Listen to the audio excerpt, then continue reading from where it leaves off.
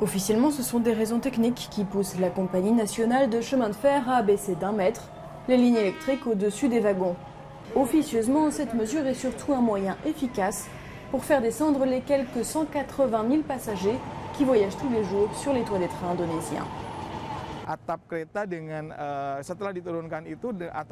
En abaissant la hauteur des câbles, cela réduit le nombre de passagers des toits, car cela devient dangereux puisque l'électricité passe tout près d'eux.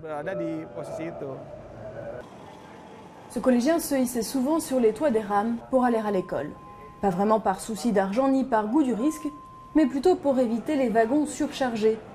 Désormais, il se résigne à passer dans un wagon, même étouffant, les 2 heures de trajet qui le ramènent chez lui dans la banlieue de Jakarta, par crainte d'être électrocuté.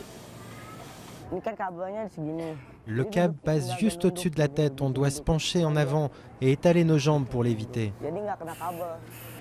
Depuis l'huile répandue sur les toits jusqu'aux boules de béton frappant les têtes qui dépassent, la compagnie ferroviaire dit avoir tout essayé, sans vraiment réussir à venir à bout de ses passagers clandestins. Bien sûr, j'ai peur pour eux à cause des câbles, mais j'ai aussi peur qu'ils se poussent et que l'un d'eux tombe quand ils voyagent sur les toits.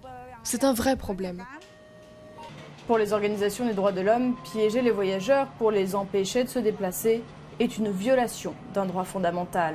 D'après elle, cette mesure reflète un problème plus vaste, le manque de transport en commun et l'absence de solutions alternatives proposées par le gouvernement. Je pense que c'est vraiment très dangereux. Donc si un accident survient, le gouvernement devra prendre ses responsabilités. Les organisations des droits de l'homme ne sont pas les seules à se préoccuper de ce phénomène. Des imams ont eux aussi appelé à dissuader les voyageurs clandestins dans leur sermon du vendredi.